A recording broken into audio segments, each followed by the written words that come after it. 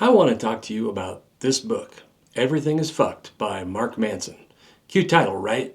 It shocks, it titillates, it catches your attention, plays into your fears and confirmation bias. But there are two things you might not know about this book. The first is I read it in a day and immediately flipped back to the first page and read it again. Why do you suppose I did that? The second is that's not the title. Now, I don't usually read books twice in a row, not unless they strike me as being particularly profound and thought-provoking and offer so many interesting ideas that I hit the end worried I might have missed some of them. Despite the crass title, this book is both profound and thought-provoking. And though it's not long, it is packed with ideas. And the title? Well, the full title is Everything is Fucked, a book about hope. And it's that hope that makes this book really interesting. You see, hope is not what you think it is. I started my Mark Manson journey with his other book, The Subtle Art of Not Giving a Fuck. And I was drawn to that book by the catchy title and the bright orange cover. I have a thing for orange. It's not my favorite color, but it's the color that most captivates my senses. And that book surprised me. It changed me. So I had to read this one next, and I liked it even more. What is hope? Why does it matter? Why is it the topic of this book? Because hope is scarce, and we need hope. We live in the safest, most prosperous time in human history, but we're more depressed and anxious than ever. Why is that? Well, Mark explores this. He explores why greater comfort and greater choice don't bring us more happiness. He explores why we need things to be wrong so that we can hope for something better. And he discusses how this need to improve our world and our lives is what truly drives us. And you do want to improve your life and our world, don't you? This reminds me of a line from Fallout that stuck with me.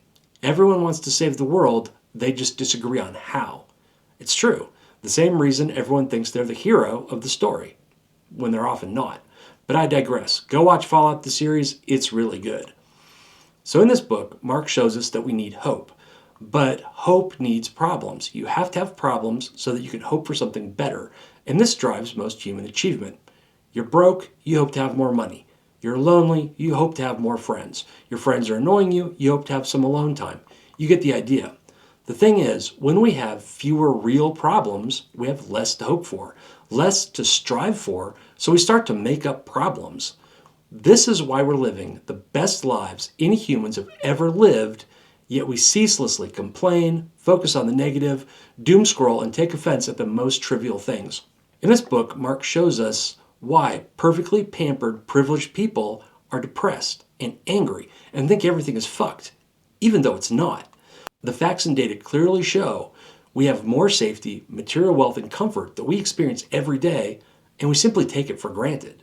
That's why we focus on the bad things and think things are getting worse when they're not. This book isn't just about how we see the world. It also delves into how we make choices in our lives. You probably think you make thoughtful, rational decisions. But do you? Do you really? Did you work out today? You know that exercise is good for you. You know that it enhances every part of your life. So why didn't you work out today? Did you eat a healthy, balanced diet and avoid junk food today? You eat this way because you know it's important to your physical and mental health, right? But did you really? No snacks? No huge meals at that restaurant you like? Wow, good for you. I wish I could say the same. The thing is, most people, most of the time, don't make rational, carefully thought out decisions. Facts and data? Why bother? Optimize my daily life? Sounds kind of hard, right? Carefully plan and execute long-term strategies and goals? I'm not feeling it. Why is this? Why don't we make better decisions? Well, Mark explores this and offers an interesting view on why self-control is an illusion, and offers ways to work around this to make your life better despite the clown car always trying to steer your life in the wrong direction. He also explores what he calls Newton's law of emotion, delving into how our feelings influence our behavior. It's interesting stuff. I highly recommend it. It will change how you look at your own thought process. But what about everyone else? What if you're not the problem? Then you should start a religion. No, really. He has a whole chapter on how to make all your dreams come true by starting a religion. He explains step by step how to do this, and more importantly, shows you how and why religion is such a powerful tool for building and maintaining institutions influencing behavior and controlling people.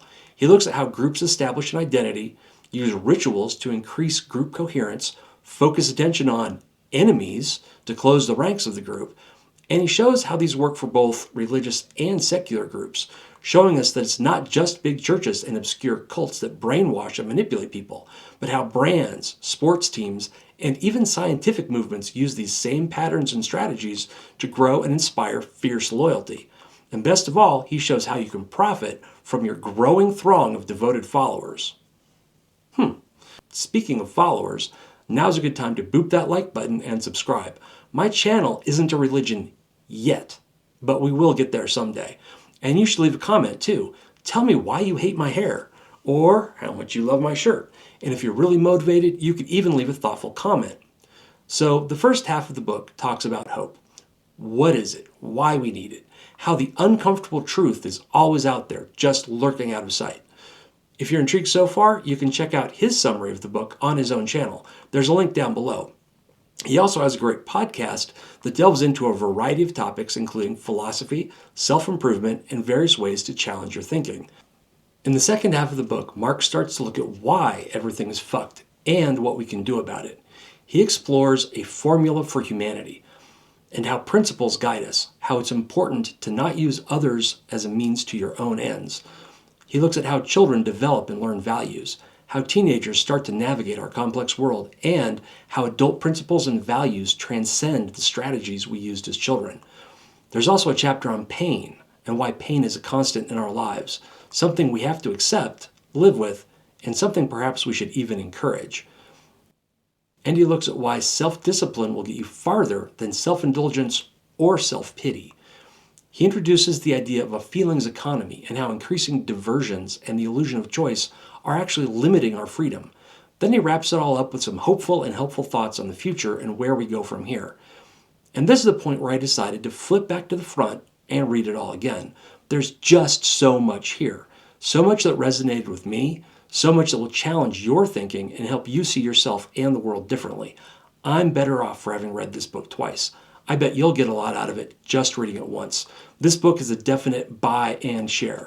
Grab a couple copies, keep one, and give the other one to someone you care about.